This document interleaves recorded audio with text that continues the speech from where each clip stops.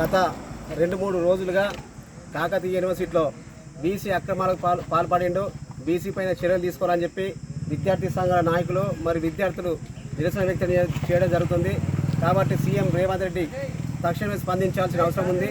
ఎందుకంటే తెలంగాణ రాష్ట్రంలో విద్యార్థి నిరుద్యోగుల పాత్ర చాలా కీలకమైనది. కాబట్టి ఇక్కడ కాకతీయ యూనివర్సిటీలో అనేకమైన విద్యార్థులు ఎంతోమంది విద్యావంతులు ఇక్కడ యూనివర్సిటీలో చదువుకోవడం జరుగుతుంది. కాబట్టి బీసీ అక్రమాలకు పాల్పడిందని చెప్పి రాష్ట్ర ప్రభుత్వం, తెలంగాణ రాష్ట్ర ప్రభుత్వం బీసీ పైన బిజినెస్ కమిటీ కూడా వేయడం జరిగింది.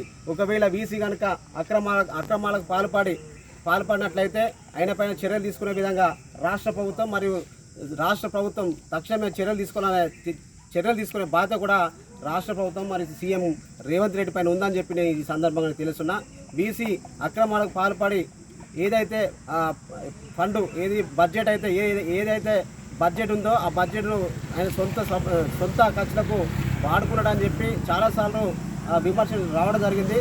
కాబట్టి ఆయన కూడా బీసీ కూడా తక్షణమే ఆయన ఒక ప్రెస్ మీటా లేకపోతే ఒక సమావేశం ఏర్పాటు చేసి ఆయన ఒకవేళ చట్టపరంగా ఆయన మన తప్పులు చేస్తే మాత్రం ఆయన ఒప్పుకోవాల్సిన బాధ్యత కూడా ఆయన పైన ఉండదు.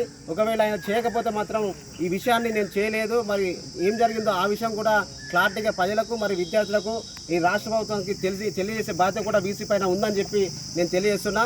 అదేవిధంగా నూతన సంవత్సరం స్టార్ట్ అవుతుంది కాబట్టి నూతన విద్యా సంవత్సరం ప్రారంభమవుతుంది కాబట్టి తక్షణమే ఒక విద్యావంతుడిని మా కాకతీయ యూనివర్సిటీకి వీసీగా పంపించే బాధ్యత కూడా సీఎం రేవంత్ రెడ్డి పైన ఉందని చెప్పి నేను తెలియజేస్తున్నా.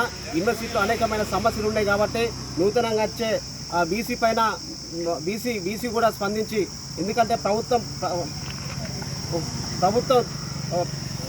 స్పందించి ఇక్కడ ఎక్కువ బడ్జెట్ కాకతీయ యూనివర్సిటీకి ఎక్కువ బడ్జెట్ కేటాయించి విద్యార్థుల పక్షాన నిరుద్యోగుల పక్షాన ఉండే విధంగా చర్యలు తీసుకునే బాధ్యత కూడా ప్రభుత్వం పైన ఉందని చెప్పి నేను తెలియజేస్తున్నా.